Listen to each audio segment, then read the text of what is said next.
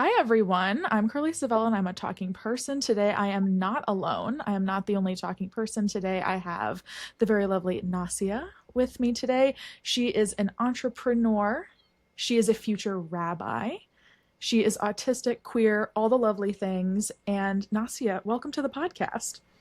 Thank you for having me. Thank you for coming on. I was just telling Nasia before we jumped in, this is not a paid opportunity. I've only lost money from this podcast so far. So thank you for donating your time and yourself to the podcast. There are lots of things we want to talk about today. Yes. If you guys couldn't tell by the intro, we have a lot of things we get into. And I think the biggest thing is going to be intersectionality. Yes, most definitely. Well, I can give a little bit of background about myself to start. I am Nasia. I am 22 years old. I am autistic and queer and Black and Jewish and also a chronic illness warrior. So a lot of different intersectional pieces going on there. I actually would be one of those people that you consider like those childhood prodigy kind of people. I got that type of autism where I just started at a very early age wanting to like create things and build and innovate and figure out how the world works. And even though growing up I didn't know I was autistic, um, I found out kind of later on in my life, but there was always this kind of hint because I had gotten some form of a diagnosis that I was neurodivergent in some way. My brain worked a little bit different. And so I just kind of grew up like trying to figure out the world, trying to figure out how it worked, trying to figure out who I was in it and what my role was in it. And eventually I landed on entrepreneurship as like my avenue to figuring out how the world worked and being able to contribute back to it. So my first business was at 12 years old when I was selling like homemade baked goods and syrups and granola bars and all sorts of things when I was a kid, to friends and family. And I kind of made a little bit of money from that. And it kind of taught me some of the principles surrounding entrepreneurship and how to innovate. And I absolutely loved it. I was hooked on entrepreneurship ever since. Um, and being homeschooled, which is another whole aspect of my Mm-hmm. uh, life story, I grew up with a lot of time to be able to pursue passion projects that I really loved. And so I just dedicated all of my extra time to entrepreneurship. And at 14, I had this idea when I saw my younger brother was like struggling with his homework. And I was like, this is all like books and textual based materials. And I know my brother is like a kinesthetic learner. And I'm like, we need another type of curriculum. And so that's when I got my second business idea, which ended up like blowing up really big. And I'm still kind of riding the waves of that career now. And that was at 14 when I first decided I'm going to actually build a sustainable business. And at the time, I thought I was going to maybe do it on the side and then kind of go to college and then pick it up from there after I'd gotten credentials. But it didn't actually work out that way. I ended up still going to college, but at the same time, I started my business and ran it through college. So through high school and through college, I ran my business. And essentially, the business was focused on helping families, especially during the pandemic, be able to educate from home with resources and tools to actually make it like engaging and tailored to the needs of their students, because a lot of families were like learning from home and they weren't really familiar with the homeschooling mindset. And being raised as a homeschooler, that was something that I was really interested in. So that kind of transitioned into my whole trajectory of becoming interested in advocacy, nonprofit leadership, and innovation.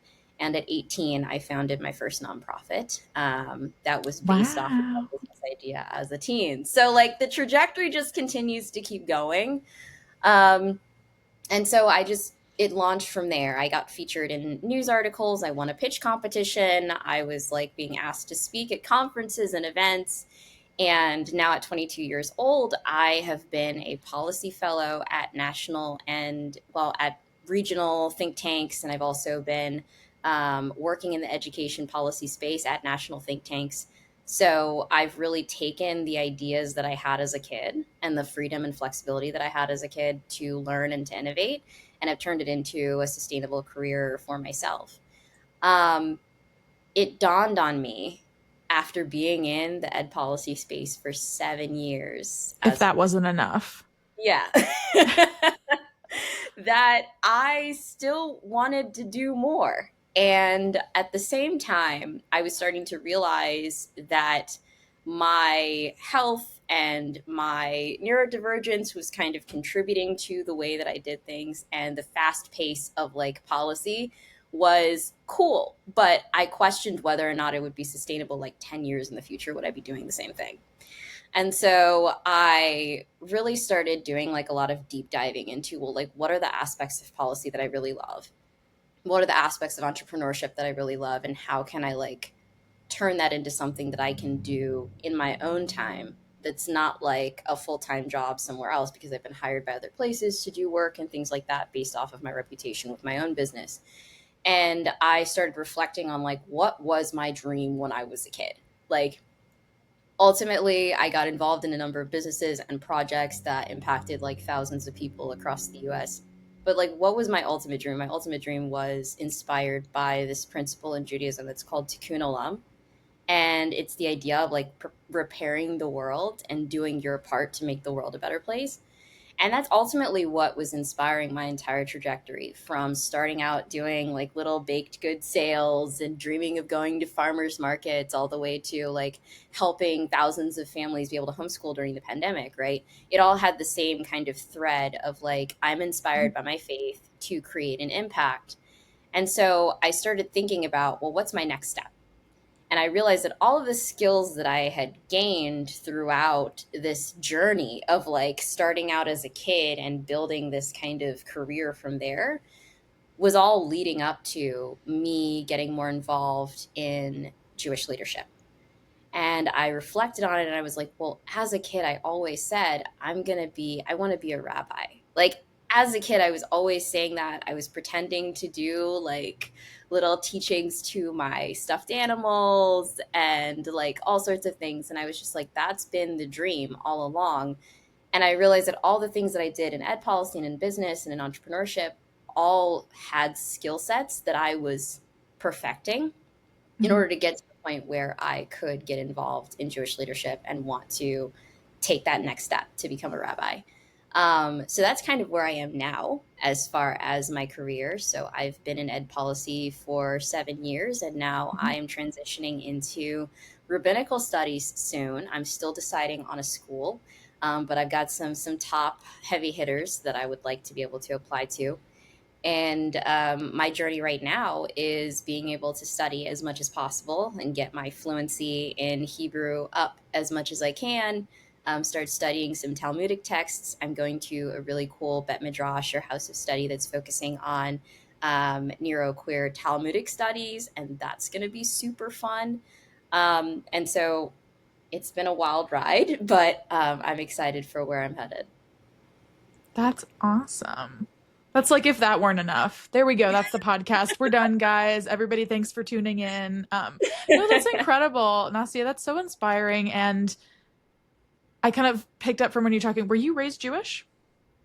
I was raised in a Jewish home with like Jewish ethics and values. So Hmm. we've been navigating different spaces trying to figure out where we fit. But my family's descent and lineage is Jewish, and we got disconnected from our culture for a while due to the diaspora, and we've been Hmm. reclaiming it ever since. So that's been like a whole journey. That could be a podcast in and of itself. It's I just was like, gonna say, yeah, I'm like struggling to figure out like where we even kind of start with that. But yeah, I could because dive into a little bit of it if you want, but yeah, let's do it. No, I mean, you mentioned so many things and you mentioned chronic illness too, which yeah. I also have.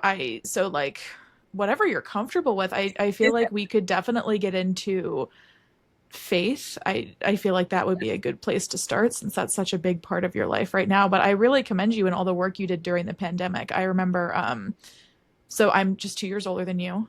I was in college. I graduated 22, so my entire college well, I had a semester on campus and then everybody went home for the pandemic. And so I remember having to help my younger sibling with their classes. They were in high school at the time, and a freshman in high school. So, like, kind of learning how to do online schooling, I really thrived, but my sibling did not for that first year, just because a lot of teachers were like unfamiliar with any sort of homeschooling. So I think it's really awesome that you were able to use that experience and that knowledge and that skill to help families learn how to homeschool, because it was a real pivot. I remember everybody was home, everybody was calling it lockdown, and parents Yes. were just absolutely like pulling out their hair, Cringing. like could not Exactly. figure out how to teach in like a relaxed home setting. Exactly. And one of the biggest strategies that I used was that, like, my parents did a very eclectic form of homeschooling. Like, there's Mhm. different models and styles, and we didn't use just one. We weren't like fully Montessori or like fully a one version. So um, I was able to take that eclectic learning style that I had had in childhood and kind of apply it to a learning style for the organization that I started, and actually show families how to get out of the traditional Mhm. schooling mindset and embrace the unconventional ideas behind education, which includes, like, you can have a 3 hour school day. You don't have to have an Mhm. 8 hour school day, right? Yeah. Like, you can have a time of day where you just take an entire day to go to the park, and then tomorrow you do books, or tomorrow you do curriculum. Like, it's so Yeah. flexible. You don't have to sit in a chair for 8 hours. You don't have to be in front of a blackboard. Like, there's so much possibility to it, Yeah. and a lot of families really enjoyed being able to hear that, and that's a part of the work that I'm still doing now. Is I recently did a documentary kind of showing people what homeschooling looks like, Mhm. especially amongst underrepresented communities, because we don't see a lot of Black and brown homeschoolers in the mainstream media. Yeah. I didn't grow up seeing a lot of homeschoolers who look like me in the mainstream media, so I wanted to change that. We did our first documentary on that, and it's out on YouTube, called I Am Homeschooled, Welcome to Virginia. Oh, um, amazing. I will link that down below for the yeah, YouTube watchers. I'll link that. yeah, Or I'll actually, definitely. oh, maybe I'll pop it up on the screen somewhere here if you're Yeah, watching on YouTube.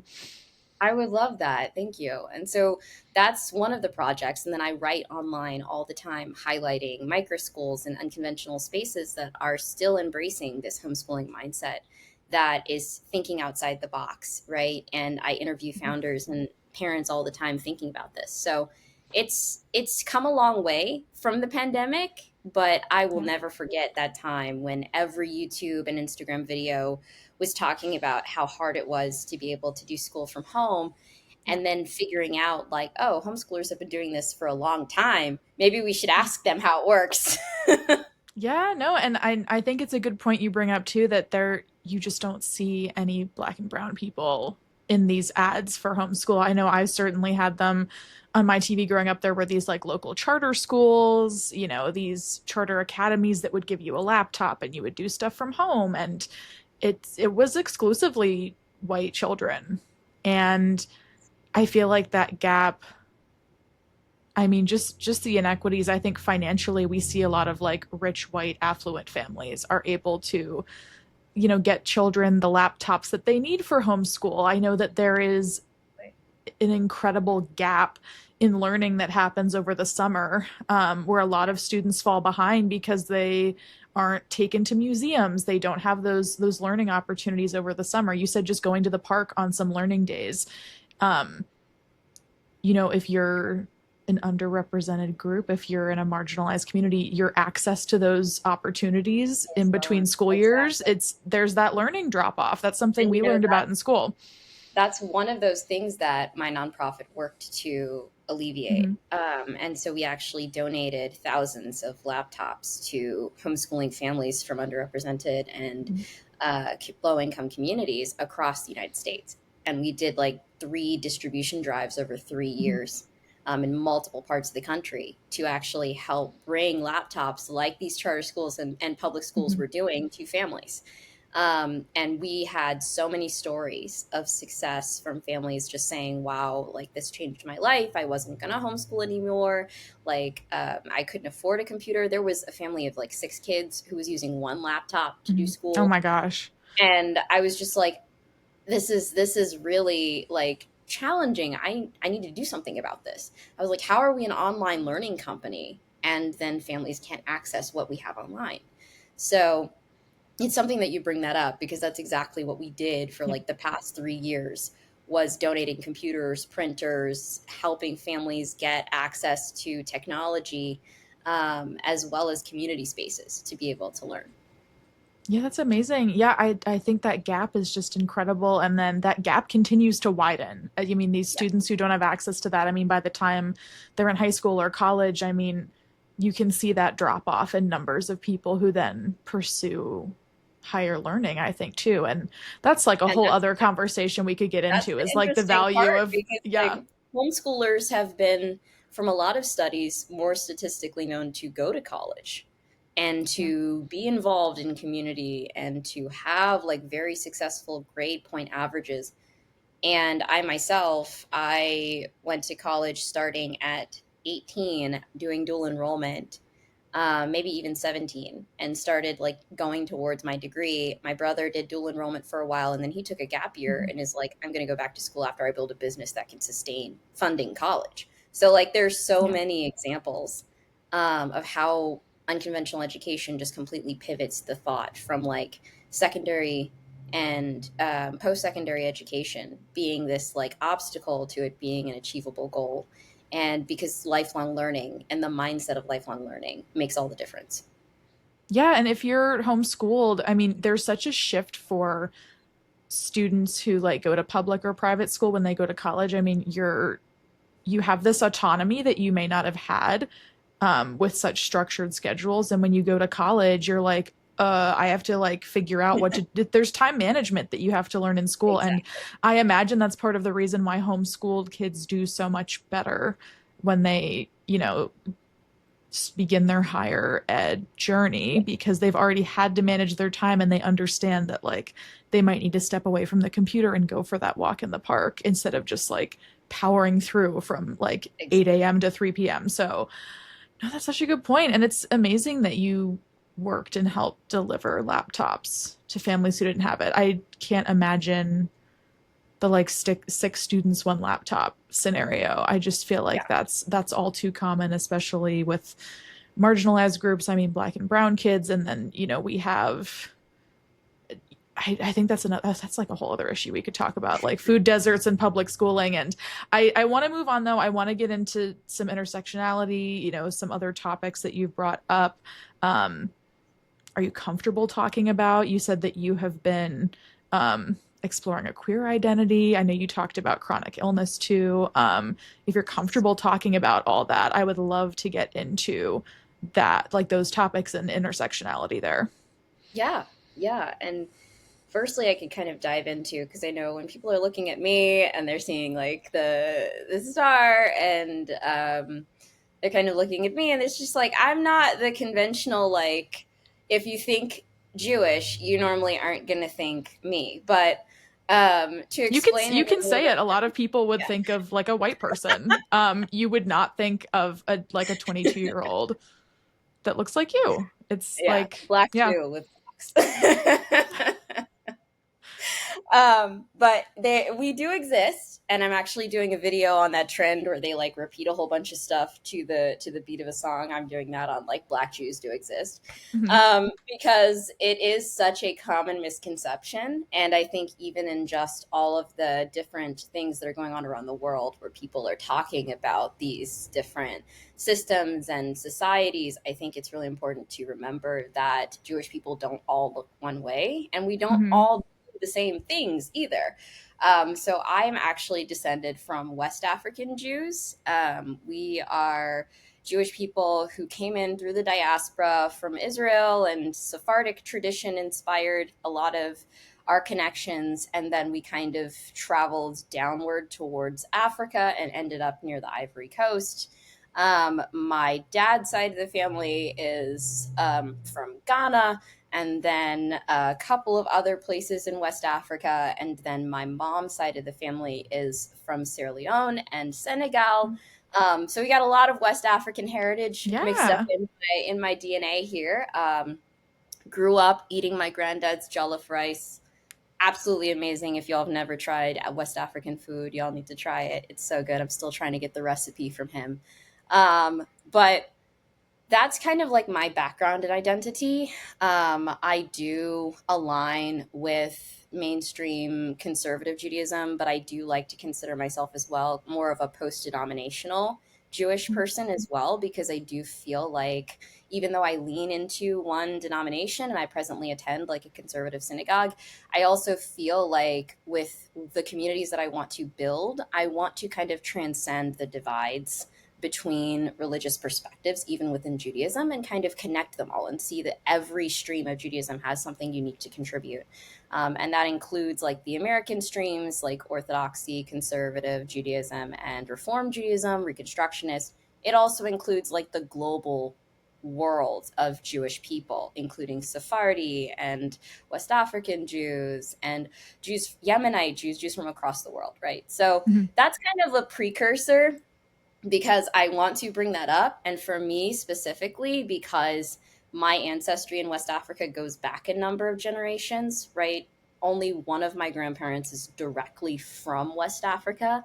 So we have a lot of heritage and culture embedded in the transatlantic slave trade, in the Middle Passage, and that whole history of American slavery as well. So there's a lot of dynamics even within my own Jewish identity, because either people think like, oh, are you like Jewish, and then also people kind of ask the question of like, well, then you don't sound like you're West African to be a West African Jew, right? But Mhm. the whole idea is that my family comes from different parts of West Africa over different generational periods, and some of those periods included our ancestors being brought from West Africa to America through the Middle Passage. And because of that, we have had a lot of our history and culture that has been lost in translation between those Mhm. two countries. And so some of it's fresher, and some of it we're starting to just be able to relearn and reclaim. And it makes it very challenging, right? Because you're always figuring out, where do I fit? I'm kind of in this gray area, right? Of like, I align with a lot of the mainstream Jewish beliefs, but then I have my own, and then I'm relearning some. So it's just kind of like there's a lot of dynamics going on there being a Jew of color in America. Um, so I always want to share that as like a beginning thing, because a lot of people just probably have a lot of questions, watching me and kind of hearing a little bit of my story. But I am proudly Jewish. And the interesting thing about my heritage is that because so much of it has been lost and we are reclaiming it over the years, right? I am actually able to, one, be able to identify as Jewish and say I'm Jewish, but two, I also have made the decision for myself to affirm my Jewish lineage through the conservative movement. So essentially, what affirmation means is it's kind of like conversion, but it's like igniting the flame, for lack of a better word, or like Mhm. confirming the fact that your lineage, you may not know everything about it, but you know that you're Jewish and you want to have that documented, because so many of the documents were lost to history and so much of our ancestry was lost to history. And so I think that's also a very complex piece of my faith and my identity, is kind of growing into, well, where do I fit in this world of Jewish practice, and where do I see myself being?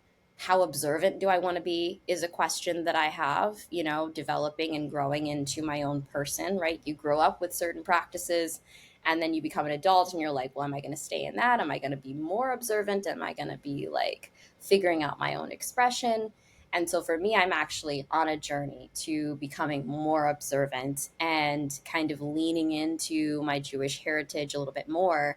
And that's one of the reasons why the rabbinical path is such a passion for me, because I finally get to like dive into all the stuff that I absolutely love, as I'm rediscovering more and more layers of my own Jewish ancestry that those before me are also attempting to recover and reclaim. And every time that I do an action that is uncovering more of my ancestry, it is helping the past generations as well as the future generations have that foundation. So my kids will be able to not have to do as much work to reclaim as much of the ancestry. I appreciate you sharing that. I feel like it's important for you to talk through I mean, I appreciate you especially sharing like your family history, and there's obviously a lot of intersectionality there. And obviously, I don't relate in the same way at all, but I do relate to your sentiment kind of like in the middle of there. What I was hearing was like, you're like not enough this, like not Jewish enough, not black enough. There's like, because there's this intersectionality, it's like, well, I don't look Jewish enough, or like I Mhm. don't sound Jewish enough or black enough. And I do feel like when we kind of have all these different layers, we all contain multitudes, but especially with the internet right now, and everybody is such a stereotype, or everybody, should I say, is stereotyped by other people, that none of us are ever enough of our category. Like right now is Pride Month, and I'm a bisexual woman, but I am in a hetero presenting marriage. And so a lot of the discourse online toward me and in my DMs has been kind of disappointing, and like, Mm. you're not queer enough, you're not um doing enough, or you're not this enough. And so I think a lot of people would probably relate to that, obviously not in the same way as a black Jewish woman, which I am not. But I think it's important for us to kind of speak our intersectionality, and so I appreciate you sharing. Yeah, I definitely think Judaism has informed my perspective on identity as a whole. Hmm. It's always very challenging when you grow up kind of existing in and out of spaces where you never are all one thing, and everyone is trying to kind of Yeah. figure you out or try to place you into a category. And you're like, as you said, I'm not, black enough for some spaces. I'm not Jewish enough for other spaces. There's always going to be someone who, even in me doing like my affirmation process of like getting documentation to kind of like have on hand for my Jewish identity, like even in that, there are certain streams that won't accept that, right? So there's always going to be this space of existing in the gray. And I think I've come to live with that, of kind of knowing that for most of my life, I will exist in some sort of gray area, right? Yeah. I am a moderate support needs autistic, but I present like a low support needs autistic, right? If you looked at me and listened to me, you would not think that like I have trouble just doing laundry every day or being able to prepare my own food or like clean. No one thinks that as soon as they like Hmm. interact with me, and especially with all the things that I've accomplished, which are all inside my special interests, because don't get me started on math, right? Then that's one of the things that fools a lot of people, is they're like, well, you started a business at 14, you made it a nonprofit at 18, you've raised such and such XYZ amount of funds over these last couple of years to help how many people, and yet you're telling me that you can't XYZ, like you've never been really Yeah. shopping before by yourself, or you don't drive. Like, that's not the first thing that comes to mind. So I live in a gray area in a lot of ways. And I think it's just become this kind of paradox. I'm a living paradox. That's what I like to say, is that Yeah. like I'm a living paradox because everything about me exists in the gray, right? And so even when it comes down to like my queer identity, like I recently came out as non-binary woman, and that's like an entirely different space to kind of be in, because I've been studying my Jewish history about gender, and also kind of Hmm. talking a lot with other people and exploring like why I always felt this kind of disconnect between femininity Hmm. and myself. And as an autistic person, I know that's like really amplified because you already kind of feel this disconnect from self.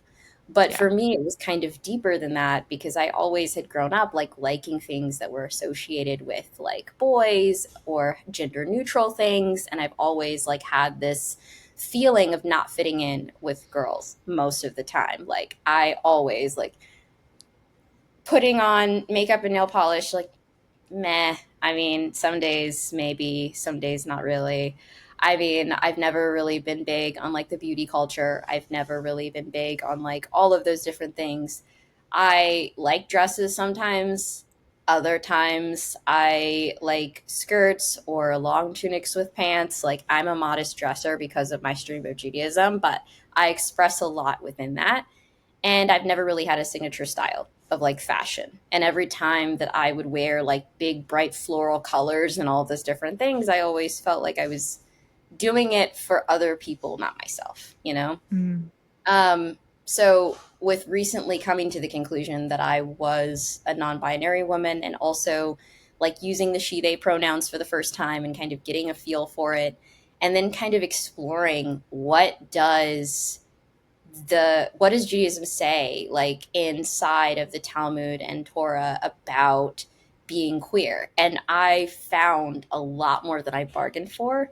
Hmm. And I've really been fascinated by it. And I think it's something that I want to study deeper in rabbinical school, because I think that my ultimate goal would be to create community spaces where you're not ostracized. You don't have to leave any part of yourself at the door. And I think too often in a lot of spaces, especially religious spaces as a whole, there's this idea that you check everything that doesn't fit the mold at the door.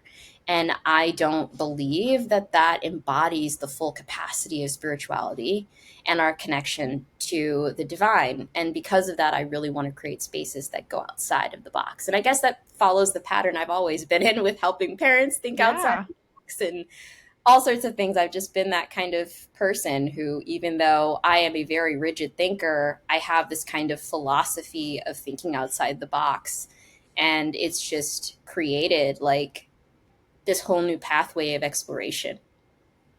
Yeah, and I think that we need more of those spaces. I was raised Catholic, and similarly, I have felt disconnected from my faith. I think, especially like in high school and college, I felt very disconnected. And like, if I'm queer, because I came out in high school, I was like, if I have this identity and I know very much that like my faith wouldn't accept me, or people who I would see at church growing up wouldn't accept me, I was basically like, I'm not willing to leave that part of myself. So I've kind of done maybe something similar in like flipping the religion to fit me, and like finding, I mean, something that the Pope just passed away. For like any Catholics, he like was considered a very like liberal Pope, Mm-hmm. in that he was like accepting of divorced couples. Like my parents were divorced, so growing up they were not allowed to get communion in the Catholic Church. And so having a pope say something like that was really like progressive.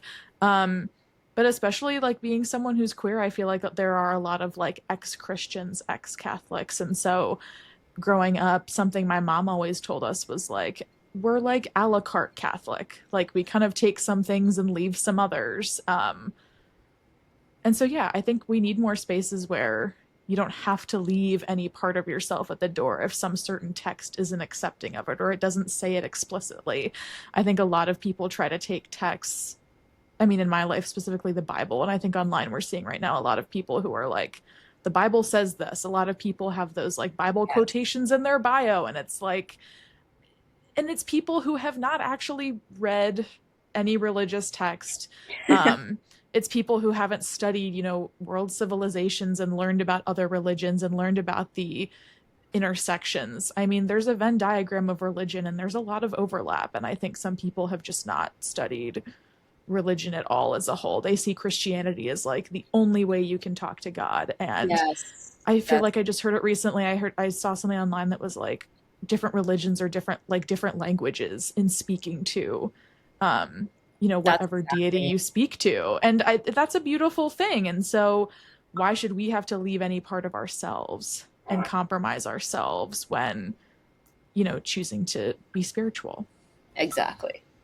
I think that's a big component of my journey, because you go in and out of spaces, and some are more dogmatic, and some are more like liberal, and some are more like accepting, and some aren't. And you kind of grow up in these spaces trying to figure out like, where do I fit, and what do I, want to do, and how do I want to connect with the creator. And for me, for a while, it was always just like, well, there's only one way to do it. And recently, kind of figuring out my own identity and questioning a lot of things and like evaluating where do I fit in the tapestry of Judaism, and kind of reclaiming it for myself instead of living through other people's expressions of the faith. and just kind of figuring out what is my own expression of Judaism, and kind of realizing that Judaism is so vast and expansive, and there are so many different perspectives and ideas. I mean, even just reading through the Talmud and like studying it and understanding, like, there's different perspectives on gender, and there's different Mm-hmm. perspectives on like nature itself. And I mean, everything down to existentialism, you can find it all in Jewish literature. I mean, and if you've ever heard of the Kabbalah, where you're just studying Jewish mysticism and just learning about like otherworldly things, like, it's amazing to be able to consider and to study. And so it feels like, you know, I'm finally coming into myself and my faith in a way that isn't stifling, in a way that I can see how beautiful the faith really is, because it's not based off of, oh, you can't do this. It's based off of, here's why you do this. Mm-hmm. And here's how you express yourself through this. And it's kind of a framework of thinking instead of just do's and don'ts. And a lot of times when people who aren't Jewish think of Yes. Judaism, they think of like a bunch of rules and a bunch of like laws. And that's like the biggest thing everybody says is it's the law, like Torah is the law. But like, in all essence, Torah is a guidebook that we were given at Mount Sinai. We recently just celebrated Shavuot, which is the celebration of us getting the Torah from Mount Sinai, right? And the most beautiful thing about it is that it was given to everyone. There's a saying that we were all there at Mount Sinai, right? Even the ones who weren't born yet, because everyone has the chance to receive Torah for themselves. And being able to understand the complexities of Torah, and that Torah isn't just a statement of, here's what happened in history, now you go do this. It's more of like, here are our thoughts about the past, here are our thoughts about the present, and here are our thoughts about the future. And now it's up to you to take this information and do what you will with it and use it to make the world a better place. That's ultimately the principle and the goal of Judaism is, can you do acts of chesed, acts of kindness, to be able to make the world a better place? And can you use tikkun olam, or repairing the world? What is your role in that? Right? And I always love this part that is my sole motivation for discovering my role in Judaism, which is the divine spark, which is that like every single person has a small piece of the creator inside them, and every person has a unique piece of the creator inside them.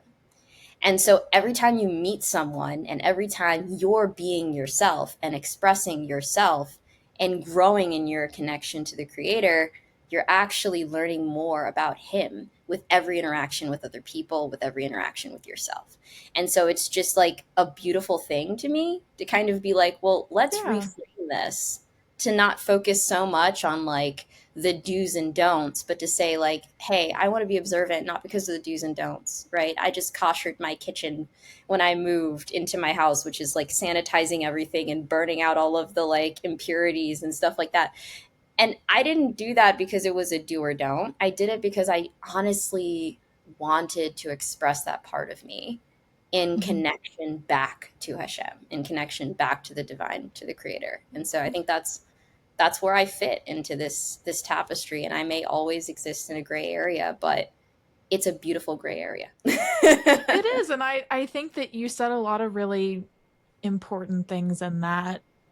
I think one of the things that you said that resonated with me was that it's not a list of rules, it's a framework. I think a lot of people hope and kind of seek to find this black and white list of do's and don'ts from religion when it's really so much more complex than that. We're It given is. away, like when you feel spiritual and when you are searching for a faith and a religion that aligns with you, um, or one that you want to study. I think a lot of times people are just kind of hoping for an answer to something. I think a Yes. lot of people look to faith as an answer. I know a lot of people, like when they're grieving, look to faith, um, when they're lost or when they need hope. And I think faith is there for any stage you're in. But I do think that people try to look for the yes or no answer. And you say it's a beautiful gray space. I think that everything is gray. And if everything was black and white, wouldn't it be so simple? I mean, but I think that that's something that draws people to faith. And Not to say there's any like a wrong way to have faith, but I think that if you're going to faith, to pull that one Bible quotation and have it stamped on your body and tell other people they're wrong for not doing the same things you are, then I think you're kind of missing the point of spirituality and maybe even organized religion. Not to get too deep on the pod.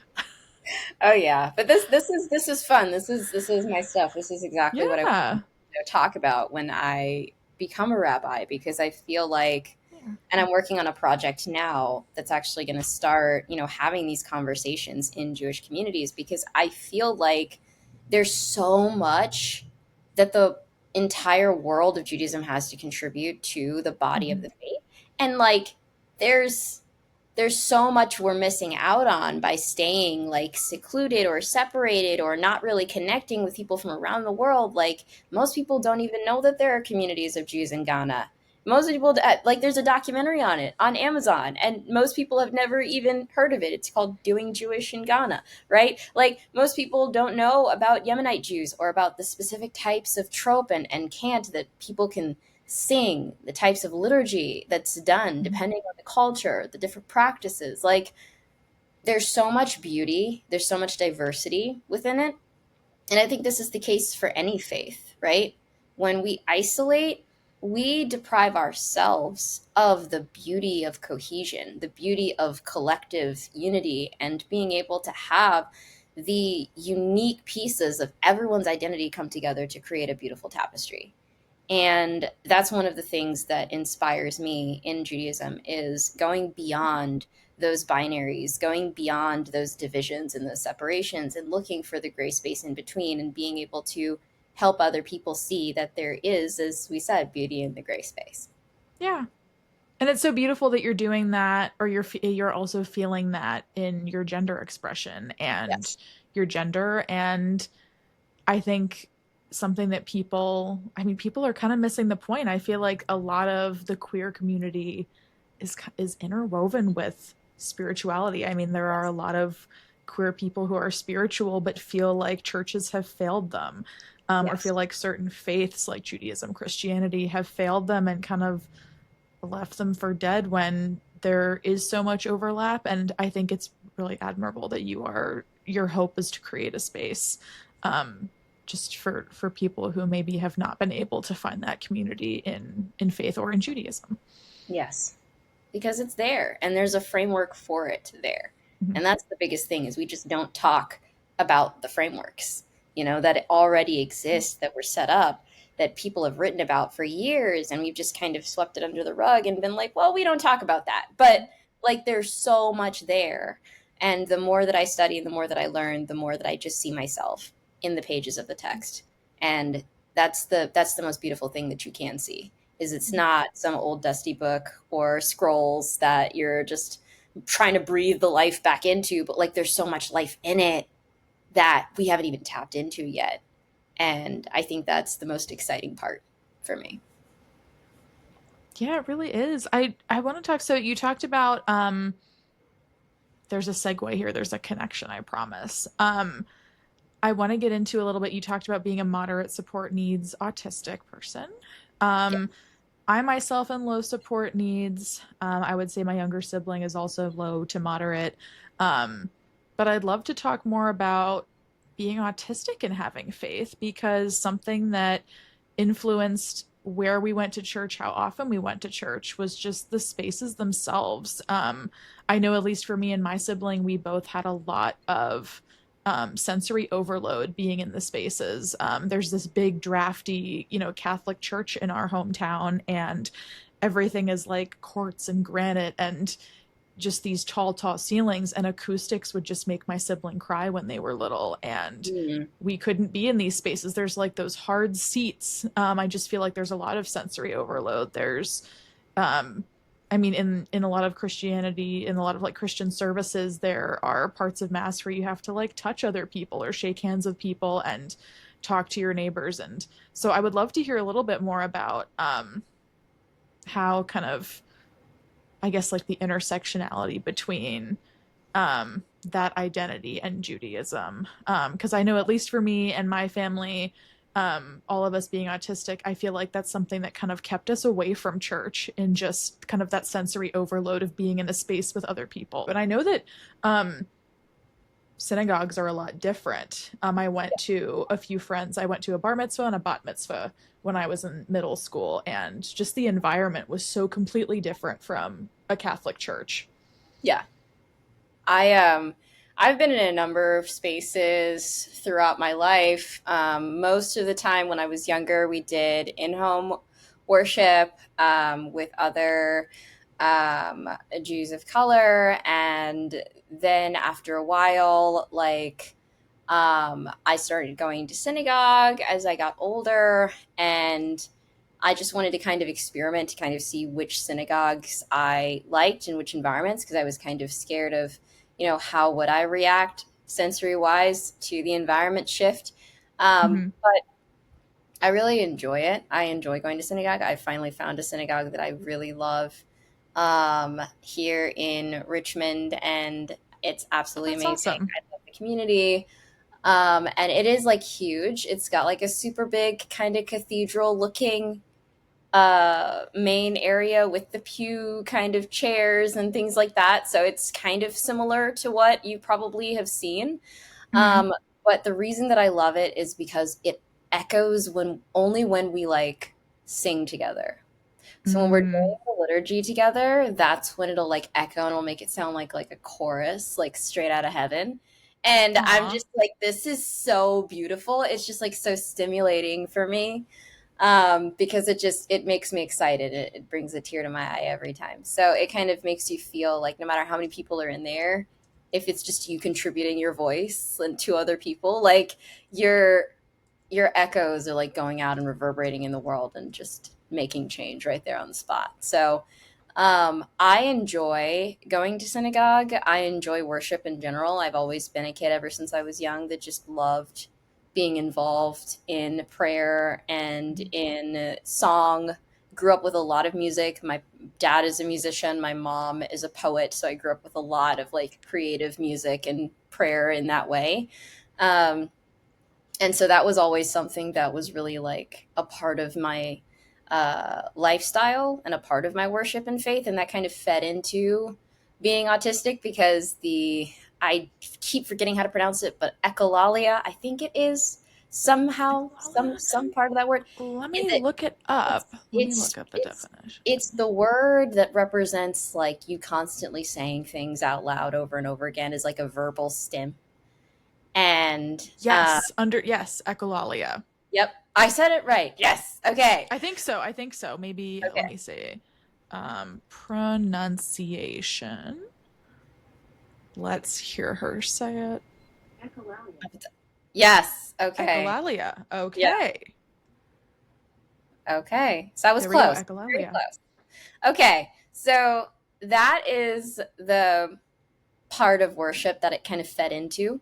And then in Jewish circles, you have something called davening, which is literally like rocking back and forth in prayer, like constantly being in motion as you're praying. And my autistic brain is like all over davening. Like it's Mm-hmm. the best part because I constantly am just getting to hold my prayer book and just like It's a davening. stim. Like it's a stim, most definitely. And so I love being able to get into synagogue and to daven. I love being able to do because we have a lot of rising and sitting. And when I can, because I also deal with chronic illness, so that's like a whole other chapter that like sometimes rising and sitting is Yeah. not possible for me, but when it is, it's very fun to do because it keeps Yeah. me engaged when my ADHD brain is just running around trying to figure out what did I eat for breakfast and who the last president of the United States was like 30 years ago. And so, like, when my brain is trying to do all that in the middle of a service, most people will be like, oh, but it's so dry. Like, all you're doing is like repeating words from a book. And I'm just like, no, this is fun because I get to stand and sit, say the words, then listen to my rabbi talk, and then stand and sit and listen. It's like a routine. So it It's like feeds a my meditation brain. too. It's kind of like that Exactly. repetition is very comforting, I Exactly. think. I think if you're Exactly. autistic and you mentioned chronic illness in like attending services too, so I definitely want to talk about that because I also have a chronic illness. But yeah, just like that meditation, that motion. That's such a Yeah. good point. I what might have turned like my family away that was sensory overload might be comforting to some people. That's definitely something in Catholic mass, like the sitting and standing, the like up and down, the reading, the singing and chanting. It Um keeps me engaged. It's yeah. like so exhilarating. I every time I go to synagogue, I feel like rejuvenated for the week to come. I feel like I just got my battery recharged, you know? And it's the perfect amount of social interaction too, because I am terrified of speaking to people. And I have a career as a public speaker is a big part of my role. So that, again, living paradox. But regardless, I have a big fear of talking to people and like engaging with people, especially one on one, and just being like, hey, how are you? And then like small talk, and I'm just sitting there going, doing Yeah. great. And Hopefully this is less how's your awkward and morning? more of a like just kind of like talking about our special Yes, interests. I hope that this has not been it is. intimidating for you. No, it Um, hasn't. yeah. It's very, very easy. And that's like not normally the case.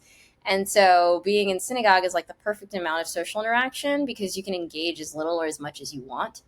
And you can either stay for kiddush and like stay for like lunch, or you can head out early. Like it's like your freedom to do whatever after the service is over. And I usually stay and like pick a table in a corner where there's not a lot of light and just kind of chill there. And then my Mhm. strategy is normally like people will usually come up to me and just be like, hey, can I join this table? And normally those are the introverts too.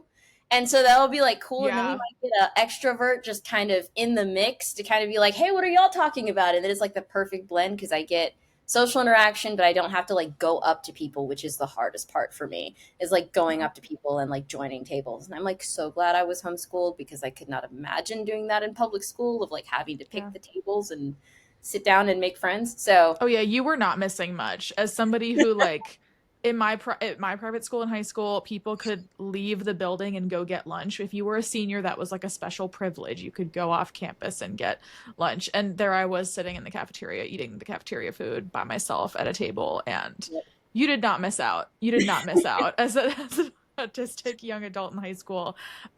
Definitely was not the person people flocked to. I yep. will say I'm a little more extroverted though. I have found that, and I think we all do this as autistic people.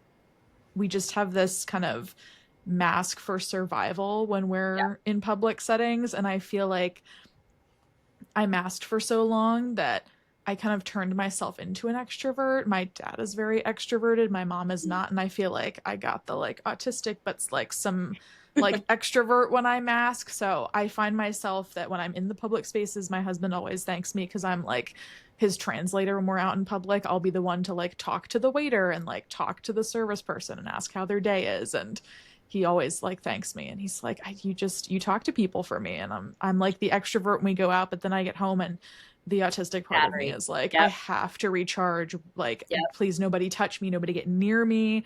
I definitely after like I've had some 12-hour work days, and after those days it's like meltdown mode. Oh yeah. And I think that communication with like family and like if you have a partner is so important because it's like I love you, but if you touch me right now, I will scream and I just need to like be in my own space Oh right yeah. now. I totally get that same feeling similarly. I think my biggest thing is like just being in bed writing. I think that's like my biggest decompression Yeah. like mechanism to like deal with overstimulation is just like writing. I will randomly like writing and songwriting because I'm also a musician. And so Mhm. it's like I will randomly at any event just put my headphones in and just start writing.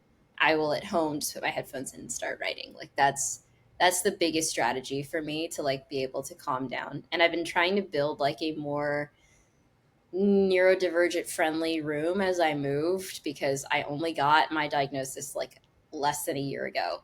Mhm. So I've Was been it a just formal trying. diagnosis? How did you It get your is. Yeah. diagnosis? Okay. Yes, it was. I could not find anything in the local area. And apparently, like in Virginia, there's like a requirements for what will be a recognized diagnosis and all sorts of things. And so it was very hard to be able to look for one. I did have some form of a diagnosis as a kid, and I grew up not really knowing that I was autistic. It was kind of like mentioned once or twice, and I went to some behavioral therapy as a kid, and then no one ever talked about it again. So I was like, well, I guess I'm not Mhm. autistic anymore, or like whatever they had said at the If time. I just you're thought high I had, achieving and you yeah, are female presenting, if you're a yeah, female presenting high achiever, you are gifted yeah, with anxiety and yep, you're not like autistic. Oh exactly. yeah. So no one ever mentioned it, and because there was no benefit, to saying that your child was autistic, like my parents didn't push the issue of like getting me like a The label. the stigma of it too. It's like you don't want that Exactly. label. If you're able to mask and if you're high achieving, if you're I mean Exactly. if you're able to mask in public spaces, it's like you don't want that stamp on you. Exactly. And the weird part was when I was a kid, I was not able to mask at all. And they still was like, you're good. Just parents keep doing what you were doing and we'll see you in 20 years or whatever. And it's just kind of like, so I didn't really grow up knowing it. I knew that my brain worked different and people said that I had like some issues behaviorally and like ODD, but then it Mhm. was never really discussed. And I just kind of saw autistic people online and they were mostly like, white and male presenting, and I'm just kind of like, that's not me, definitely. I saw Yeah. like the Arthur autistic episode, and then I saw like a couple of like the TV shows, and most of the time there's nobody that looks or acts like me, and I know that I wasn't sitting there just like rocking back and forth all day or like talking in monotone for the whole time or like the stereotypical stuff. I wasn't obsessed with trains, like the stereotypical stuff that you Yeah, see. there's oh my gosh, those Yeah. stereotypes. I mean, yeah, you just described a bunch of them. I felt like that was one of the biggest barriers for me being accepting of my own, my own autistic identity was just seeing other people. And I always say if you've met one autistic person, you've met one autistic person because we're all Yes. different and it's a spectrum. But I saw all those stereotypes and I was like, well, I'm not as, you know, I like my sibling has higher support needs than I do, and I'm a gifted child and in school and high achieving, and I thought like you can't be autistic if you're high achieving, and there was that stigma and there was a lot of unlearning I had to do with myself Yeah. before Even down to like accepting. Yeah. what a meltdown is. I had no Mhm. idea what a meltdown was until I became an adult and I realized that like when I would burst out crying because someone had turned on a light when I wanted to be in the dark or because I had to eat a food that I didn't want to eat or like something like Mhm. that. I thought back through my life and I was just like, "Wait a minute, these were meltdowns." And then the moments when I couldn't Mhm. speak and like I had words racing through my head but I couldn't say them and everybody was like, "What's wrong? What's going on? Why aren't you responding?" And I was in a shutdown and I didn't understand the terminology until Yeah. after I got diagnosed and started like watching all of these videos. And it had only started to dawn on me because of social media, right? Yeah. I had no idea. Somehow I stumbled into the neurodivergent side of Instagram and I started watching these videos about being autistic, and ADHD was first. And I was like, well, the doctors said I had ADHD, but I thought I grew out of it because they said I was no longer hyperactive. So, what is all this stuff about if you can't organize and you have doom piles everywhere that you're ADHD? I was just like, that's it. What? I can't be ADHD. That's crazy. But then the more I watched the videos and the more I saw these things, like the more I realized that I still had ADHD. And so then Mhm. it was like a pathway to reclaiming, like, yeah, I do have ADHD. It's a lifelong thing. It's not just something that disappears in childhood, like I thought. Because you stop running around in circles, and you stop kicking things as you're sitting down and you just assume that like your ADHD is gone. And you don't realize that like all the different things like leaving a tornado of a mess every time you're in the kitchen and not knowing where to start to clean it up is ADHD, right? And so that was the first step. And then afterwards I started kind of dissecting, okay, well, if I'm ADHD, what is all these other things that I'm dealing with that have nothing to do with ADHD? And that's when I stumbled upon the autism videos, and they were like, if you Yeah. do these three things, or like, this is my life with autism. And I was just like, this is very similar to my life. And I don't know why, but I think I might be autistic too.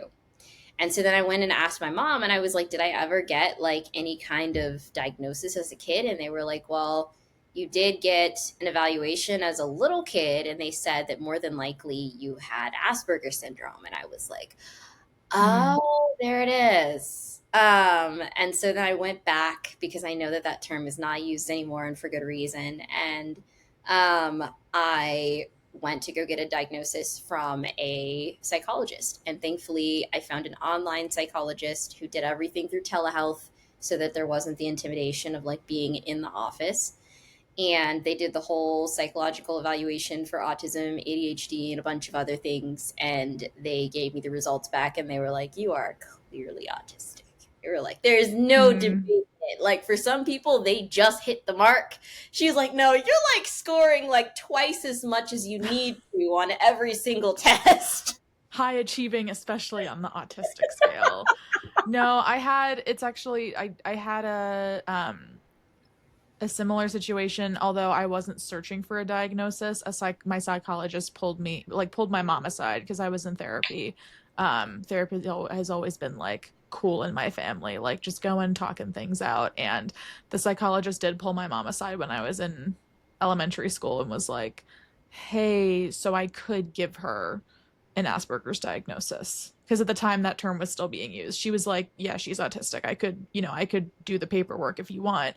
And my mom was like, I just didn't need it at the time because I was high achieving. And so it was like, I, I mean, nobody said it, but I at least felt like, oh, I don't want that marker. Like that to me was like a negative mark. Oh I was yeah, like, it I was don't need growing up. teachers thinking that way about me. I was like, I'm high achieving. We'll just keep it at that. And I don't need it because I mean, looking back, I could have probably used an IEP. An extension on tests or Yes. accommodations. I remember I would kind of give accommodations for myself. Like I could not stand the sound of chewing, and a lot of people would chew gum during tests. So like I would wear my hair down long and I would sneak AirPods in just so I could like put the noise cancellation on during tests. And looking back now, I was giving myself accommodations that I could have gotten had I had an IEP or had I had that paperwork. And so part of me wishes I had gotten it. But got through school. Now I advocate for myself in virtual workspaces. I'm very fortunate to work from home, but I do think that's something that I'm very glad now that we're kind of starting to break through that stigma of Yes. that diagnosis. It's kind of becoming more widely accepted for people to say, Yeah. "Oh, I have ADHD and I'm autistic." And I think that's a really good thing. I think that making the world more accessible is obviously always a good thing, but Yeah. um, kind And of it to go helps back to people know. homeschooling too. Go ahead. So yeah. It helps people know because I would have never gone for an autism diagnosis or asked Hmm. about it if I hadn't seen those videos on social media where people were talking Yeah. about The it. So it just goes awareness. to show like your story makes a huge impact on other people. You don't even know it's the case because if it wasn't for that, I would still be like in autistic burnout and not even know it and just be classified as depression and, just getting worse and worse because I was dealing with autistic burnout. I had no idea because I was doing so much because I didn't realize the overachiever complex was due to me being autistic and having those challenges of like overcompensating for the fact that my communication was different than other people's, or I didn't like interacting with other people after a while, or I would have meltdowns. And so to overcompensate for that, and I'm often seen as like less mature, especially as I get older. It's really weird. When I'm Mm. young, I was like more mature for my age than every other kid. But as soon as I got older, like all of a sudden I became more kiddish and less people wanted to Oh, recognize me as an adult. And so my that's adulthood was interesting. constantly like being challenged. And so I was like, well, I'm going to make people respect me by like doing more. And then that like threw me more into autistic burnout. So I would have never known any of those dynamics had I not been on social media and stumbled across the videos. So, Yeah. No, so while we're on the subject of masking, I've been saying this the whole time. I want to talk about chronic illness. And I feel like yes. something that I also did in school was masking Yes. chronic illness. And as much as being autistic, I felt like was a disability, and well, still is. I am autistic. So is chronic illness. Yes. So I would love to talk about that, especially having chronic illness and being in school. Obviously, we had different experiences, so I think that would be interesting to compare them and talk about the like going to school and living with chronic illness. Yeah. Well, for me, thankfully, my school was the room over from my bedroom. So Yeah. it was a little bit easier to be able to navigate and get there. And the days that I wasn't feeling well, like I just stayed in bed and did homework or drew pictures about what I was going to create the next day. Like, depending on what I wanted to do, I could do research, independent studies. So it kind of revolved around how I was feeling in the day. But I always noticed that when I was a little kid, I would get winded before everyone else. I would never be the one to win at tag or at races because I would just get so winded after every single run, like 2 minutes into running, and I'm already like hyperventilating and about to fall out. And I would always be super sore all the time. It would be delayed soreness. So I would like run, and then like a week later, I would be hurting all over. And I always had like really bad coordination. And so those were those little things as a kid that I constantly dealt with that I didn't think anything of. And then as I Mhm. got older and into adulthood, and again, stumbling across social media videos that talked Yeah. about chronic illness, and I'm just like, wait a minute, this also looks like me. So what's going on here? And it was only after I caught the flu earlier this year that I figured out like I do deal with chronic conditions, and Yeah. I also like they've gotten worse. So I officially got a diagnosis of dysautonomia. So I do deal with dysautonomia. I do use mobility aids. And so that's another aspect of living in the gray because I am not a day over 25, but I Hmm. am using a rollator to get around most of the Yeah. time or a cane. And so Do those you are, want to talk a little bit? Sorry. Do you want to talk a little bit about what that is for those who yeah, don't know? yeah. So a rollator is, or dysautonomia, which one? I'm sorry, my autistic brain is Both. okay. Um, okay, so first, the simple one, a rollator. A rollator is literally like a walker, but it's kind of cooler looking, and it's the one that I have has like three wheels, so it's like a Oh yeah. tricycle kind of rollator, and you can sit in it at the same time. So with a walker, you can just walk with it, and it's wheeled. With a rollator, you actually can convert it into a chair. So everywhere that you are, if you do get winded or tired, you can just set up a chair anywhere, lock the wheels, and you have a chair. You can also store things in it, carry things in it. So it's kind of like the mixture between a wheelchair and a walker. And that's why it's like super beneficial. Yeah. So to define dysautonomia, it is a condition of the autonomic system, which is connected to the nervous system, Mhm. and it regulates things like heart rate or the way that your body like processes like stress, and Yeah. it also regulates like blood flow. So when dysautonomia is present, oftentimes it'll be like something that many of you have probably heard of due to social media, which is called POTS, which is like if you stand up too quick, you get dizzy and can faint. If you shower in warm water, then you could faint. Like pretty much it's like a meme. Anything that you do XYZ equals you could faint. So stand up too long, stand up too quick, like bend down to the floor to grab something you dropped, all of those things can cause it and trigger it. And even walking for too long can also cause it, which is why the rollator is really crucial. Yeah. Different people with different levels of dysautonomia, they have different needs. So some people may only need a cane. Some people may need no mobility aid at all. Some people may need a wheelchair to be able to get Yeah. around because standing in and of itself is difficult. Mhm. But for me, I'm kind of in that in between range since catching the flu, where I can still kind of manage to get around, but I do need help. Um, and so that condition is definitely a big chronic illness. I also deal with hypermobility, and I also deal with chronic allergies and immune system challenges. So that's also a big issue there as well. So things like just walking outside during the heat of spring is like a big no-no Yeah. unless you've taken like a whole bunch of allergy meds because it can actually cause like allergy induced asthma. So it's like it's a lot of different things going on. I also deal with EOE, which is a really big word, eosinophilic esophagitis. And that's like kind of like a inflammation of the esophagus that's caused by certain cells that really aren't supposed to be there. and it can cause trouble with like swallowing and digestion and a whole bunch of things. So there's a lot of different dynamics there. There's intersectionality and connection Mm-hmm. even with the different chronic You conditions that I you deal contain multitudes. You contain with. multitudes. So I'm living in the gray area with that too. And I don't have POTS. I don't even have a specific type of dysautonomia. I just have dysautonomia. So that's also a gray Yeah. area, even just in dysautonomia itself. But because of that, navigation and mobility, and even like going to synagogue or going shopping, they all have to be extremely planned Yeah. in far advance. And I have to factor in my energy levels, because another thing about dysautonomia is it makes you really tired really fast. Yeah. And you can like constantly get exhausted and fatigued just randomly throughout the day from doing very simple things. Fatigue is like a huge part of it. Um, and so because of that, like if I want to go out and do something, I have to plan in advance to clear my calendar of every other major commitment in order to do it, because I can only tolerate at this level like 2 or 3 things a day. And since I work full time presently, like that factors in a bunch of my energy already. So 50% is pretty much Yeah. gone every day.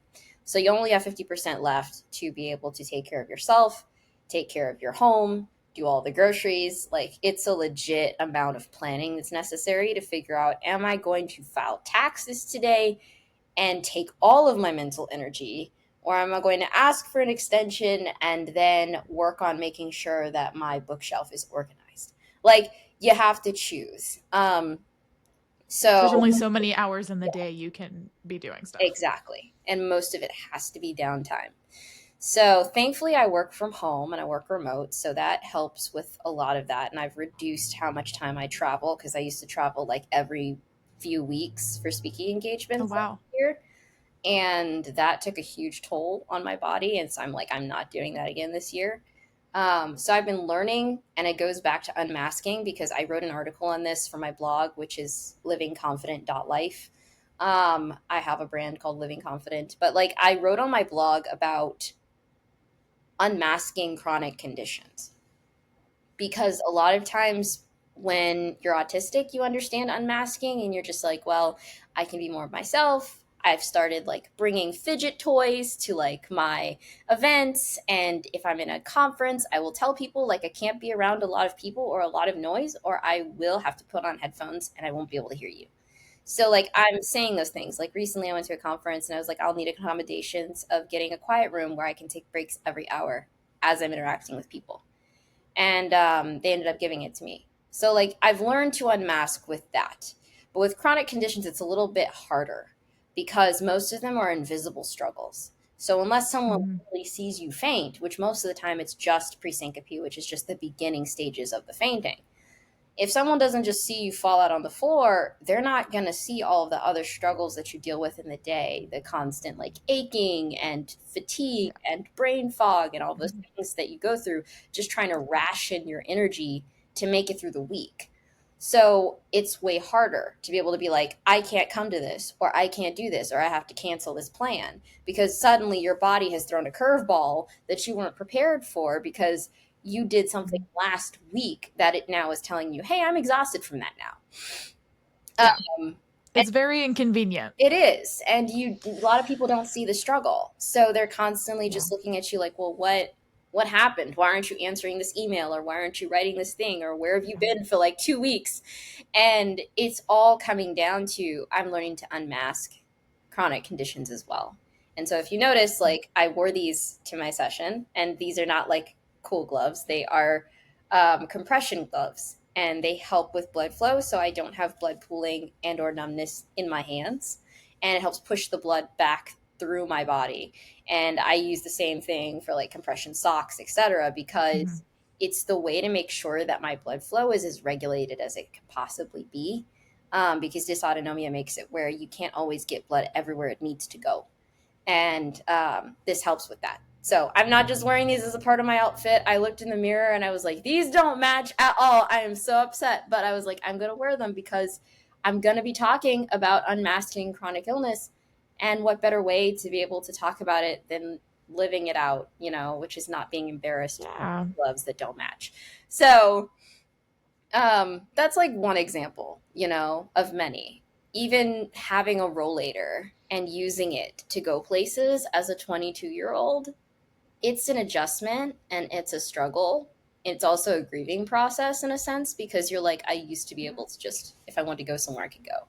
And now There's it's a sense of like, freedom. Yeah, you lose it with chronic exactly. illness, and especially if it's invisible. I mean, on the one hand, when you use it, it's less invisible, but you're also somebody who's 22, and And people are people, like, what do you need yeah, that for? people don't expect to, yeah. And like my dad also has POTS. It's a symptom of his long COVID right now, and like seeing somebody who's in his 60s in a wheelchair is like a little more palatable for people, and you get less eyes, and in fact, if you're kind of already in that age range, I found that it makes him more invisible in Yep. spaces. And like um I feel like for myself, I have a very different experience. So I have endometriosis, which took me a long time to get that diagnosis. Obviously, like it's less constant. Um, and I don't have to have aids like that. But I remember you were talking about like nobody's rushing to your aid because you're not fainting on the spot. Yep. Nobody sees it. There's a moment I only recently got the diagnosis because I talked to my doctor. I have a wonderful doctor. She's amazing and listens to me. And I was telling her of all these symptoms, and she was like, "Yeah, that's not normal. You should not be feeling excruciating pain when you menstruate, or doing all these other things." And I looked back then to a moment when I was in high school, and I was not homeschooled, so if I wasn't feeling well on the bus, I kind of just had to stick it out. And there was a moment that I remembered where I was like, "Oh, that makes a lot of sense." I was on my period, and with endometriosis, you get these like fibroids kind of. Hmm. And I remember I was in French class, and the pain was so excruciating that like my whole body just like went numb. And I Yes. remember there was like 20 more minutes of class, and I was sitting there, and my teacher came up to me after. I thought I was holding it together. She comes up to me after class, and she's like, "Are you okay? Like you look pale as a ghost." And it's because for the whole time the pain was just so terrible. I remember sitting there and I was just like, I just have to get through. I just have to get through. Like I just wanted to like lie down and throw up, and I like was hungry but not, and everything just kind of like went cold and numb. And I feel like when you have a chronic illness or something that's like not really on people's radars, like I feel like something I'm gonna mispronounce it, dysautonomia, Dysautonomia. Yeah. dysautonomia. Okay. um but when you have that, or POTS, I feel like it's now becoming a little bit more well known just because of Yeah. It's long true. COVID. Yeah. It's like a trending thing right now.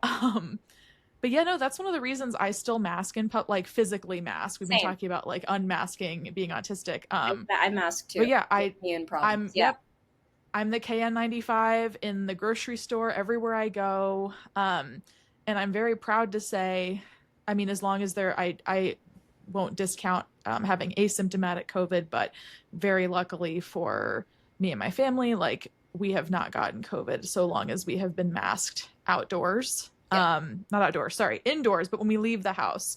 Um, like recently we just got married, and we were outdoors for the whole time. We planned a day where we wouldn't have to mask because we'd be outside, and we found out like a week later that our planner came down with something horrible, and whether or not it was COVID, she was out of commission for a week. And like had we had something indoors where we were in close contact with her, like that Yeah. could have affected us and our entire family, like Entire. full Exactly. of other people with chronic illnesses, and who are immune compromised. And so I feel like People there's don't all these understand small that either. accommodations. Yeah. Like when you go into public now, everybody's like, well, COVID's over.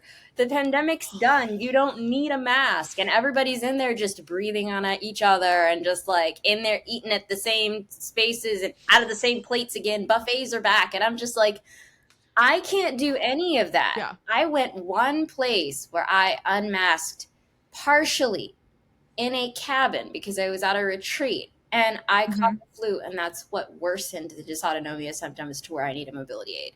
If it can do that, like I don't want to know. Yeah. what happens if people are just like, oh, I just caught a cold, but I'm still coming into work kind of thing. Like, I can't afford to do that. So it's nice to know a fellow masker after 2023. Yeah, no, we never stopped, and Yeah, it's been isolating. I have found a lot of community on Threads, which I'm very grateful for, but it's isolating. yeah, it is. My husband and I mask, and then my mom and my sibling do too. So does my dad. But I mean, both my parents have cancer. Both of them are immune compromised. My mom has diabetes. My dad picked up long COVID after already being disabled, and long COVID was the thing to put him in a wheelchair. So um, at least with my family and my husband's family, they have stopped masking.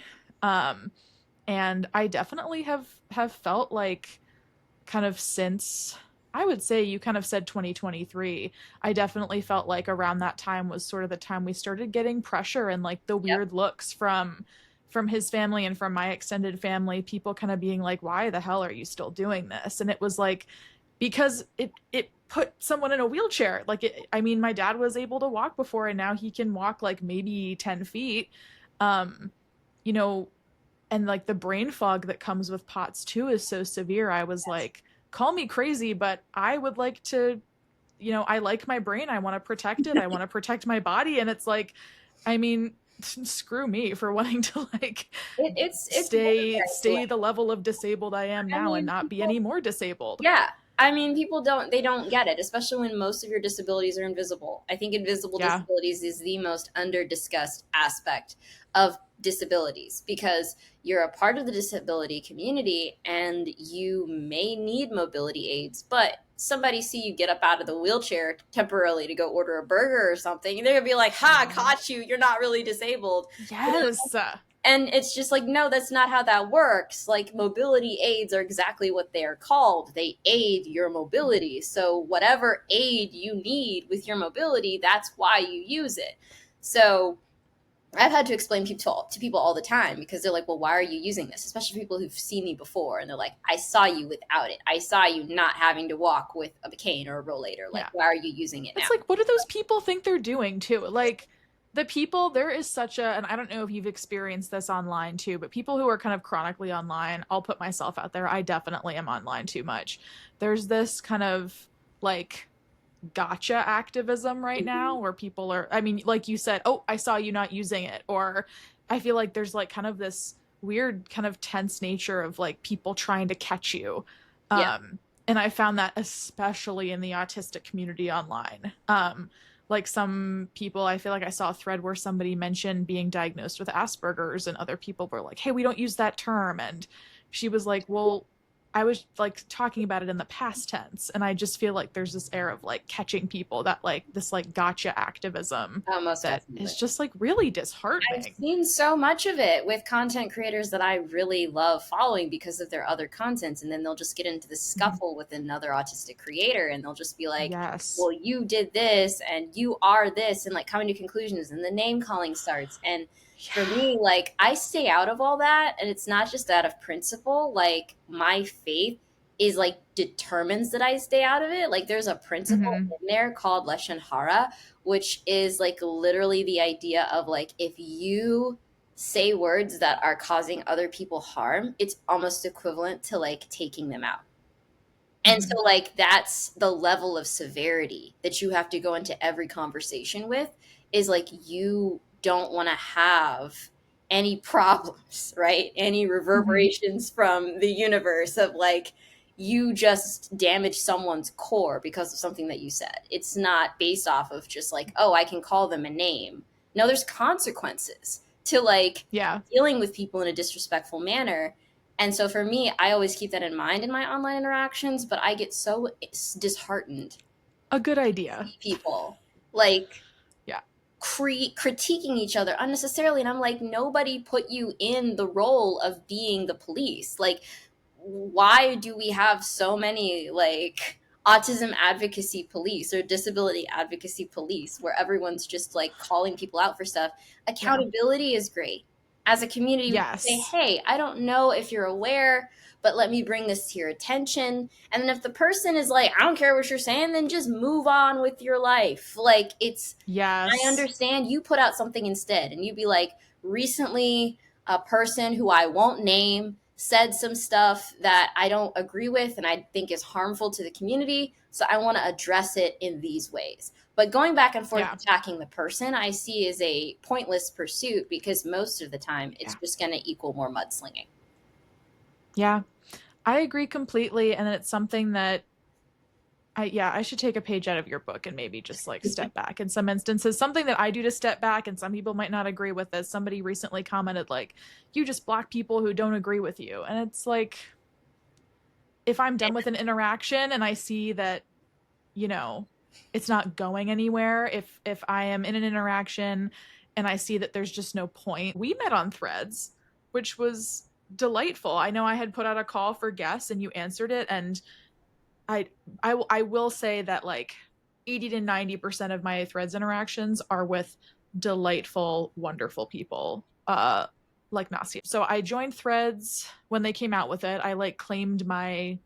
Um I claimed my handle and my name on the platform, and then I was like, whatever, it's just Twitter for Instagram, and then I didn't touch it. And then a few months ago I got on and I was like, seems like this is a hop in place for like disability advocates, artists. It seemed like a lot of cool niche communities forming, a lot of intersectionality, which I felt like Twitter does not have right now. Oh, um yeah. oh my god, yeah, I ran from Twitter. I don't even use Twitter really. I really stopped. So I get on Threads, and one of my like first like negative interactions, we're talking about people who were like calling out doing gotcha stuff. I'll get into this story. I haven't yet on the podcast. There are definitely a lot of autistic advocates who are very loud and proud. I follow a bunch of them. There was one instance where and I have trans family members. I am not trans myself. My younger sibling is they them pronouns, but was born male. And there was a conversation online about getting autism diagnosis, getting autistic diagnoses, like formal ones. And I feel like I forget what it was exactly, but somebody had posted about being AFAB, assigned female at birth. And so they were delayed in getting a diagnosis. I forget what the conversation was exactly, but they were like, just to preface this, I was AFAB, and this is my kind of journey as an autistic person in school. And a bunch of people were quick to call them out for trans misogyny. And I remember I was like confused at the time. I was like, I think that they were just saying AFAB to like, because there's such a discrepancy in diagnosing, like it seemed like they were just saying this. And oh boy, I should have just not stuck my nose in the conversation, because the amount of people who were like, you're a trans misogynist, you're a bigot, and but like somebody who wasn't even involved like put screenshots up of my profile on their page and was like, go block her. And like I had people in the Oh, DMs. I hate it when people do that. I've been seeing that happen all I over social I media with saw it, people and just saying like people I yeah. like and they're like, "No, block her because she's doing Yeah. XYZ." And I feel over the smallest things. And I'm not saying people should get away with being Of cruel course. online, Of but course you not. sign an unspoken waiver when you interact in the online Yeah. world that there will be people who just won't get it, who will say things that you don't like, Yeah. who will disagree with you. If you can't tolerate people having differences of opinion, even if they're toxic, Yeah. you don't need to be online. That's And yeah. I know that's very controversial because a lot of people feel it's their duty to have to correct people online so it Yes. doesn't damage the community, but you do more damage to the community by infighting, in my opinion, than you do by Yeah. correcting people over the smallest things. And I have to say, like, I'm not even pro the whole distinction between autistic people of color and white autistics. Mhm. Like, there's this big thing now between like everyone's saying, oh, low support needs, white autistics are like taking over Okay, the yeah. advocacy and social media and things like that. And like, we need more higher support needs people, we need more people of color. Yeah. And I agree that there has been a lack of representation in Black and brown autistic individuals, Yeah. right? I did not see a lot of people, as I said, who look like me in mainstream Yeah. media or online. But at the same time, that's no reason to go attacking people and automatically calling them racist for their own experiences and Mm. opinions, calling them harmful to the overall autistic community. Like, everyone's voices matter. Mhm. And I think when we start pointing fingers, we miss the bigger thing that's going on here. And I don't get Yes. into politics really, but for y'all who know, you know what's going on right now at the political level with regard to autism advocacy and Yeah. why it's more necessary now than ever, right? Yeah. So we don't have the space for infighting. We don't Yes. have the space for all of these disagreements that I see online, and the name calling and the mudslinging and the bringing up people's profiles and reposting them and Yeah, all that these was a things. big thing for me when that person did it. I reached out to them. I was like, okay, well, like maybe I need to. I was like, am I being trans misogynistic? And I look back and I like, um, I showed a couple of my trans friends and I was like, look, I am not trans myself. Like, was I being tone deaf here? Like, did I miss something? And all of them were like, I do not know what that person's talking about. And I was like, okay, like I said, like let me reach out to them, see what's up. And obviously I got blocked. And then this one Yeah. account, uh yeah, I'm not gonna name them. But a pretty prominent autistic advocate account on Threads and Instagram that posted my profile and this thread. I reached out to them via DM and I was like, hey, I see you posted this on your story, but like they were not involved, just to be clear. They saw it and they decided to post it. I was like, do you want to talk? Like, I would love to get your point of view. And suddenly they were very much like, oh, I said, like, do you want to like get on a phone call? Do you want to like get on like a WhatsApp or some sort of thing? And they were like, no, we can't. It very quickly backpedaled. And I was like, I just want to like hear your perspective. And they were very quickly like, I explained my point of view, and they were like, oh yeah, I can see how that was. Yeah, that. Oh yeah, I didn't realize that, and I was just like, Exactly. And see, the damage is done. and that's You've the already thing. like made Yeah, people like cancel you and not follow you. Like we can't yeah, afford every autistic voice is necessary. We can't afford to be like blocking other autistic creators unless they're actually toxic. yeah. Like I have a big worry because I didn't use social media until adulthood. Hmm. And so I'm just getting into the world of like navigating all Yeah. of these complexities within the different social platforms. And I found Threads to be a really awesome home. Hmm. But at the same time, like I am weary of like, I haven't posted my podcast yet. I'm still Yeah. like trepidating on the post button Yeah. because I don't want to accidentally say something as I'm learning, as I'm growing. I might have to put disclaimers up everywhere because I don't Hmm. want my digital imprint to be people calling me out and telling me that I'm like, all these different things or that I'm Yeah. bigoted. And I'm like, I have so many complex identities, y'all. Like, Yeah.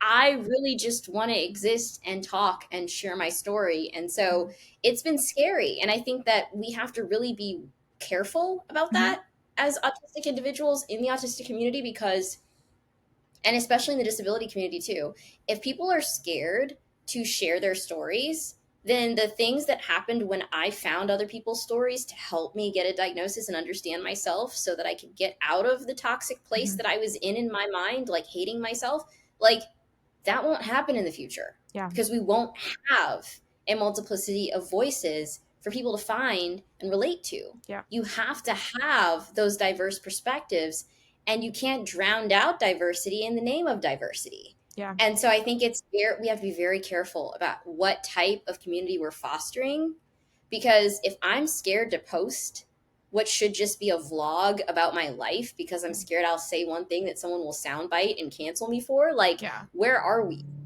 as a space? Yeah. And We what? should be Yeah. the most forgiving. Like, Yeah. because communication challenges exist.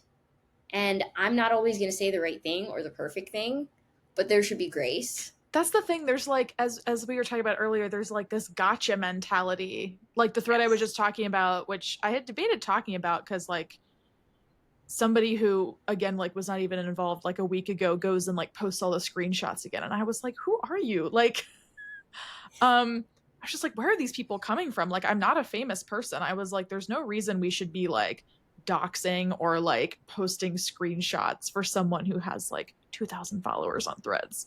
Um, I digress. It's really just the gotcha educators who I'm kind of getting weary about lately, just from posting. Like, even just today, I posted something about being bisexual, and I kid you not, somebody in the comments said that so the bisexual flag is pink, blue, and purple, and I put those color hearts in my post, and somebody said, you actually had them out of order. Hope this helps, and posted like the flag, and I was just like, Well, I mean, at least that was better ish. That was better-ish because they're not reposting your thing and being like, look how That's terrible. They're like true. fake because they don't use like the stuff in the right order. Anyone who's really that would be able to like Yes, use those it's symbols correctly. true. Like that, it's a little better. I mean, I guess, but at the Yeah, same time, like I think online connections just make it where people think they can like say anything and do anything, and yeah. that's why me being a values-driven person Hmm. is like really deterring me from doing that. And so Yes, for first couple of videos, I might turn off comments and just be like, nobody can you comment on my should. podcast because I'm just like, I don't even want to know at this point, like what kind of hateful stuff is out there, especially with me being Jewish during this period and era, especially with me being like queer during this period and era. Like there's so Mhm. many different ways that people can like express hate that I've Yeah, like got a target on my back for. So I think what I might end up doing is just like posting it, but like not leaving comments on because I'm you just should. super You should worried. definitely protect yourself. And I think that you bring up a really good point. And I've talked about this before on the podcast that like you you're in this digital space and you don't actually, I think some people don't realize how many followers they have. Like you see the Yes. number on the screen and like you're kind of like, ooh, I want more, I want more. But I don't think people realize those people who have like 500 followers and call themselves small accounts. Like if that number of people were standing in front of you and you had a microphone in front of them, That is so you true. would like I probably have like a not mega conference. you would like probably not say half the stuff you say. And when No. I'm posting, I mean, we both are working people, and when I post, a reason I block a lot of people is because what if my employer finds this? Before I post Exactly. everything, I'm like, look, am I being firm in this interaction or am I being mean? Because when we start to dip Exactly. into that, like, oh, gotcha, you had the hearts reversed, like, I thought, what if an employer sees this? So, a big reason why I have blocked a lot of people who have done that on my page is I'm like, I just don't need employers finding this. Like, this is Yes. like, if this conversation Exactly. continues, Especially when it's you gonna, already have yeah, an internet presence yeah, that's like separate mm-hmm, and you don't want to like cross worlds where people are looking and going like, well, what else is she saying? Like I thought she was yeah, doing XYZ. That's one of my other biggest concerns, and I'm glad you brought that up yeah, because like I've built a pretty good brand for myself online just being in the education and entrepreneurship spaces. yeah, So I'm just now branching outside of that to kind of tell my own story and kind of shape my own narrative beyond like one niche area of expertise. And the last thing that I want is to like have something blow up that then gets back to other people and they're just like, well, she's not who we thought, like all those different things. And I'm just like, yeah, no, it's a big misunderstanding. Like I genuinely mm-hmm, just love to talk. And sometimes I may say or post things like, I did a post on Threads when I first got on that was mm-hmm, asking the question of like, should we be calling these things disorders like ADHD? I was like, is it really a disorder? Or yeah. is it like we're taking in too much information and we really just need to be able to find a different term that's not so Yeah. negative Everybody about says disorders? A lot of neurodivergence too. people like Like, agreed with it, mhm, but then some people in there were just like, it's always going to be a disorder because like, and I've seen other posts that were similar where they had these same responses where like it's mhm, always going to be a disorder and you are, ableist if you say that it shouldn't be called a yeah, disorder and all those different things. And I'm like, well, I think that there is a lot of bias within a lot of these categorizations of neurodivergence. And yes, neurodivergence is more than ADHD, it's more than yeah, autism. It includes different types of disorders, but mhm, I should they be called disorders? I don't know. So I was yeah, asking an honest question. I was like, what if we reframed this? It wasn't like I was saying like all of y'all are just out here stupid calling it a yeah, disorder. Like I don't go that way, but it was a really honest, curious question as I was reflecting on my own identity. And it just kind of made me think like if honest conversation questions can get people riled up to like mhm, talk about whether you're ableist or not, which yeah. is how a lot of these discussions start. Very similar Now, some of these situation as discussions mine. are And very yeah, outlandish, mhm, but that's how most of these start is you just saying, hey, what if, or did you think about this, or I'm doing this XYZ. mhm, And the more spaces and intersectional pieces that you post in and talk about, like you will always be called too silent or too vocal. You yeah, didn't speak up enough. You spoke up too much. Like there will always be this one yeah, critique. So again, I think it goes back to the theme of the podcast for today, which is Yeah. get comfortable in the gray areas, Yeah. because sometimes you're gonna have to post things that people may not agree with, and you're just gonna have to block the people who don't agree. Or you can read the comments and just be like, you know what, I don't agree, but thank you so much for commenting. And that'll just throw the whole thing off, because they're expecting like you to start going back and forth with them in the comments and all sorts of stuff. And I don't encourage that. I don't want negative discourse in my social accounts. I don't want to engage in those. When I see those types of toxic back and forths, unless I have something to say that I think is so important that it will just shut the whole thing down, I'm not posting. Yeah. Because I don't want to associate with that type of negativity. And I will sometimes be like, hey, we can do better kind of thing. But most of the time, I just post about my experiences. And that's been like the safest space for me to stay. But it can also be very dangerous, because the more experiences that you have, the more people try to tell you you didn't have them, or you didn't have them Yeah. the And right as we way. talked about in the beginning, like, you're not black enough, you're not Jewish enough in certain spaces. I found that too. Like that post that I was just talking about, like, was talking about not only being autistic, but also an experience of being a trans autistic person. And it was like, now that we're getting into intersectionality, like people in the comments going, you're, transphobic, you're a trans misogynist, you're ableist. Like, we're starting to, like, there's this Venn diagram of concepts. And I think intersectionality was lost on people in that interaction. The same Yes. way that people on your post where you just put out kind of this open call, this question, and people were like, you're ableist. And like, again, if you had to say it into a microphone or like write it out on a piece of paper and hand it to someone, you might reconsider. But Exactly. yeah, I think that's the theme of this episode, is like being okay in that gray space, how all of these spaces we inhabit are truly a spectrum. And I think we should all lean into kind of giving people more grace and meeting people where Yes. they're at in their gray space, because you keep saying there's like this beautiful tapestry. And I think that if we all approach spaces like Threads that way, there would probably be more positive interactions Yes. between people. So Like I've seen, Threads has yeah, the potential to be like the best social platform ever. it does. I The love I absolute love that best, you can tag you post know? different topics. I feel like there's an Yes. And organization the that algorithm yeah. actually cares. Mhm. Like Yeah. that, it's amazing. So I know we're getting close to being able to end out, and I've got to actually end soon Oh for yeah, no, Shabbat, no because I've got worries. to prepare for like Shabbat evening. But Yeah. um, I really just want to thank you for having me on. I did want Oh to my gosh, thank mention that like you.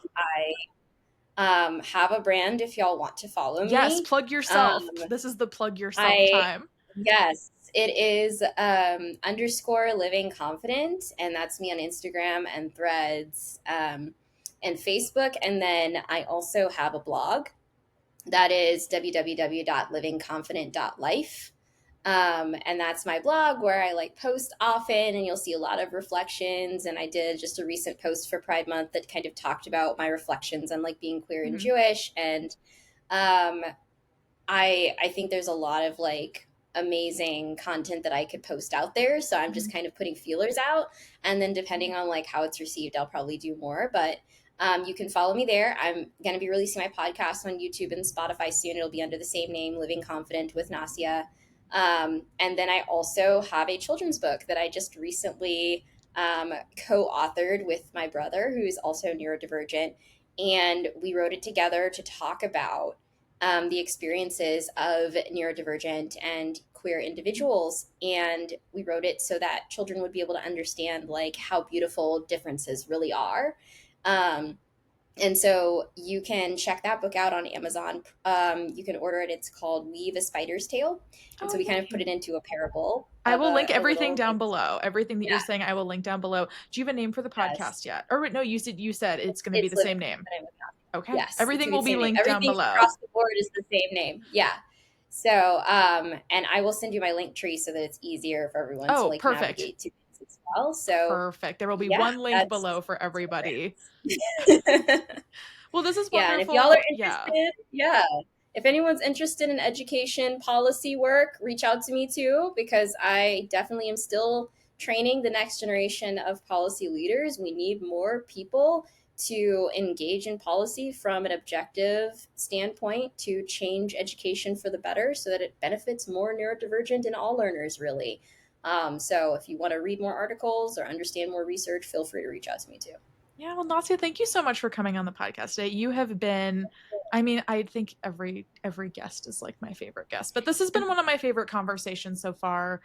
I think we every episode that I've done so far, we definitely kind of focus in on like two or three topics, and I felt like we covered a lot here. And I think for a lot of listeners, not only is this has this been an interesting conversation, but also educational. So, Yes. thank you so much, Nasia, for coming on the podcast today. If you ever take guests on yours, we'll have to do Oh another yeah. collab. I'll have to have you back on too because we probably really only skim the surface of a lot of these issues. So again, thank you so much for coming on the podcast today. For all my listeners, thank you for listening. I'm Carly Savello and I'm a talking person, and we'll see you in the next one. Bye.